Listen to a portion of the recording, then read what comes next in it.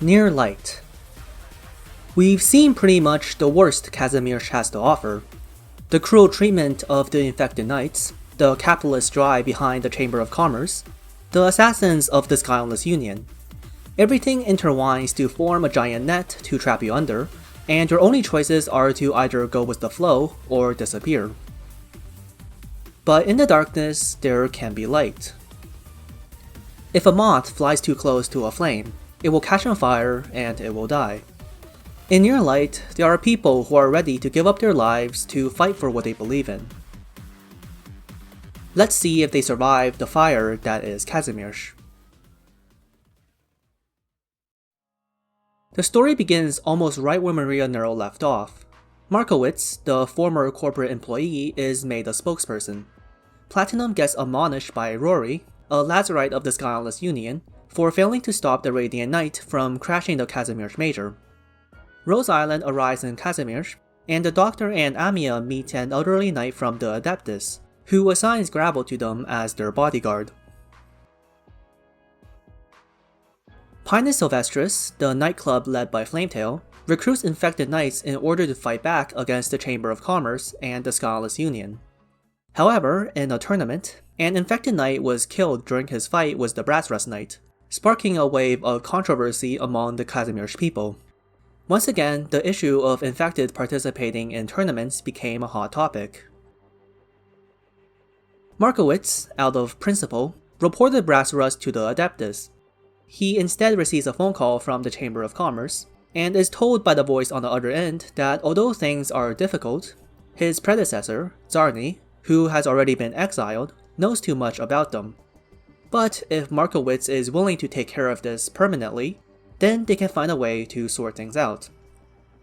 Markowitz, as anyone would be when they're told they have to kill someone, is shocked and tells the voice that he can't make a decision right now. He doesn't have the time to worry about that right now, since he still has a meeting with the Doctor to discuss the Rose Island medical team that will be helping out in the Major. A mysterious knight visits Baldmarsen's pub. He recognizes the old knight and refers to him with his true name, and he himself is revealed to be the Demon Hunter Knight, one of the competitors in the Major. Both he and the old knight are descendants of the Nysmora, a subrace of the Kranta, and are mostly extinct in the modern era. He is still adamant in upholding the Nysmora tradition, and views the current Kazimierz with disdain.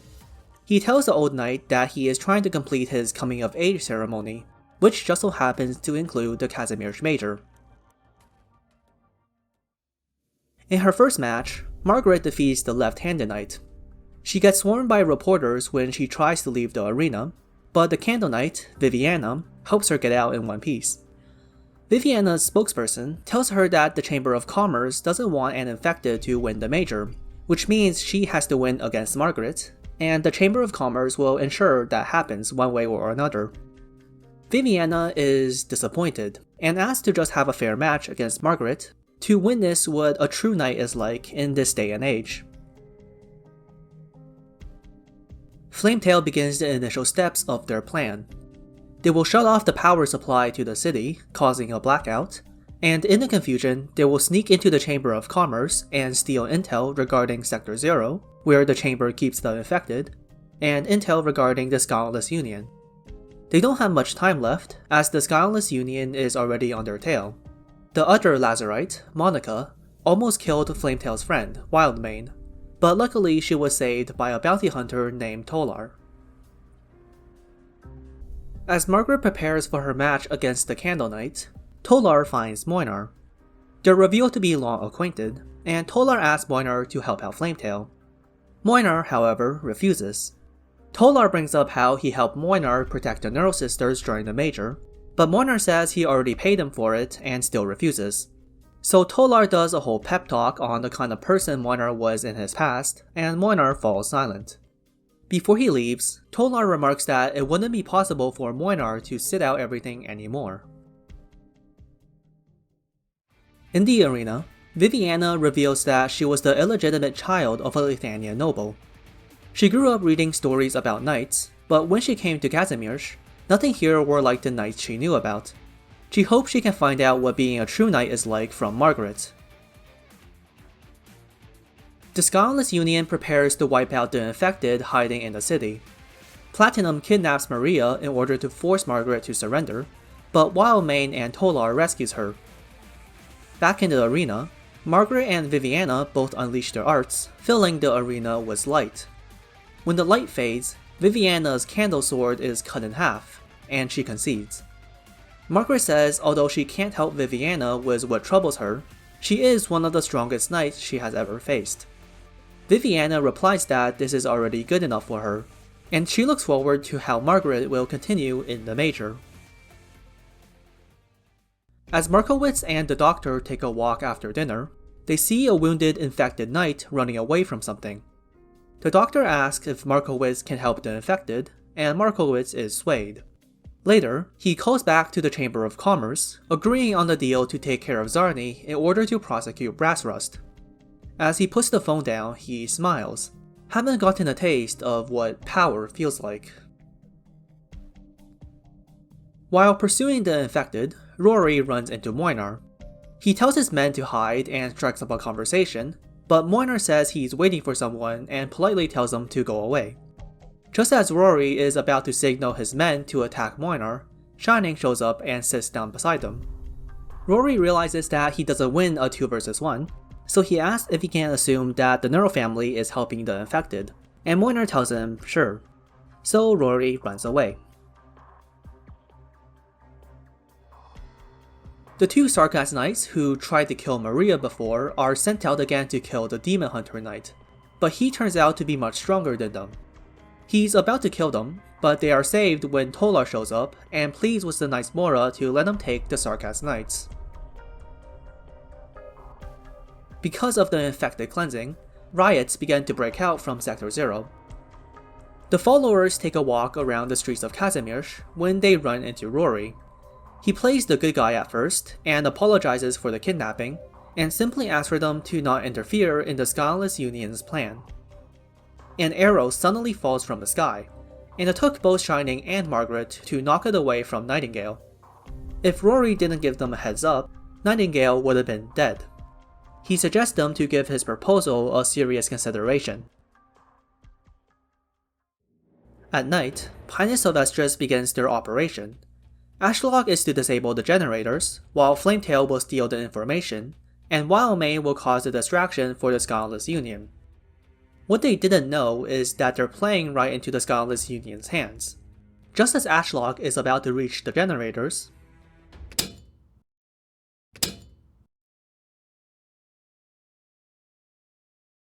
in the darkness, every person from the Chamber of Commerce who knows the secrets of the Scandalous Union is killed. From this moment, no one will know the true face of the leaders of the Scandalous Union. In the darkness, a phone begins to ring in the conference room, and Flametail picks it up. The voice on the phone tells her to hand over the intel about the Scandalous Union, and she will be allowed to keep the intel regarding Sector 0 and walk out alive. Or she can refuse, and she will be killed by Rory, who is standing right outside the room. Flametail refuses and jumps out the window, just in time for Ashlock to come catch her. Rory shoots an arrow at Flametail, but Viviana arrives to distract Rory with her arts, and the shot misses her vitals. Viviana tells Flametail to head for the Hall of Champions where someone is waiting for her. Flametail goes and is greeted by the elderly knight. She approves Pinus Sylvestris' operation, and promises Flametail that the Adeptus will give them their legal statuses. In the darkness, a squad of campaign knights, the Silverlands Pegasus, silently enter the city. They arrive at the Hall of Champions and bow to the elderly knight, now revealed to be the head knight of the Adeptus, Violetta, and she is prepared to support Margaret to the very end. The power system is repaired, and the Major continues. Margaret's next opponent is the Knights Mora Knight. At first, the two clash without using much arts, simply using their own strength and technique. As the match goes on, the Knights Mora Knight begins to unleash an aura of fear. The aura affects the audience, and the judge declares that he lost, but the Knights Mora has no intention to stop the duel. Finally, the Blood Knight slams down an axe between the two, forcibly stopping the duel. Immediately after, the announcements declared that the match ended in a draw, as once again the Chamber of Commerce didn't want Margaret to win. Maria goes to her workshop to fix up Margaret's equipment, but the Knightsmora Knight arrives as well. Maria, knowing that Margaret is injured, adamantly stands in his way despite being much weaker. The Knightsmora comes to respect her spirit and backs down.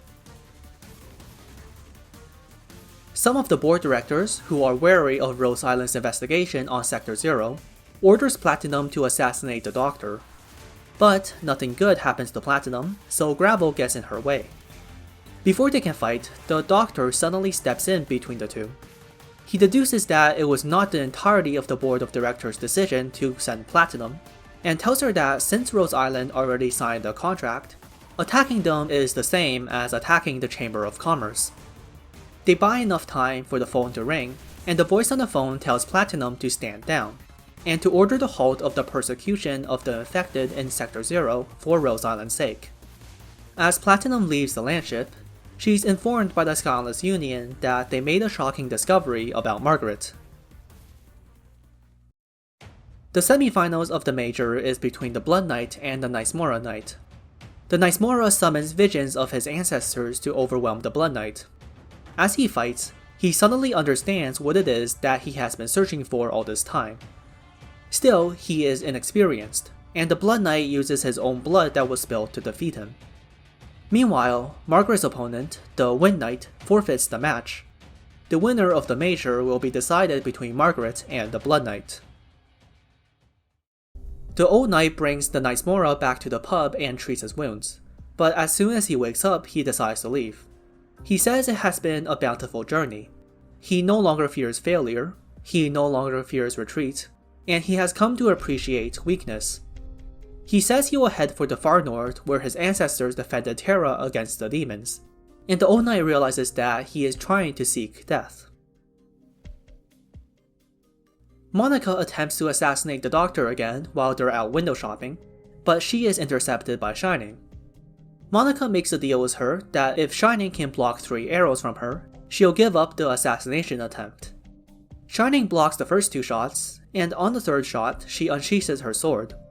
For a second, Monica saw the light of dawn on the tip of the blade, and realizes that Shining could have killed her if she wanted to.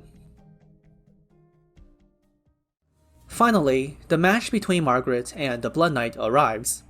The Blood Knight tells Margaret that he appreciates her resolve, but a knightly spirit can't save Kazimierz. Nevertheless, Margaret isn't swayed. They fight until their weapons break, and continue to fight with weapons formed from arts. In the end, the Blood Knight reaches his limit, and he admits defeat. Outside the arena, the Knightsmora blows his trumpet to pay respect to the victor. As Platinum and Assassins arrive at the arena, they are stopped by a group of the Silverlands. Platinum has to play the part, and asks if they think 7 Silverlands can stop a Platinum and an army of assassins, and the Silverlands tells her no, just 3 of them is enough.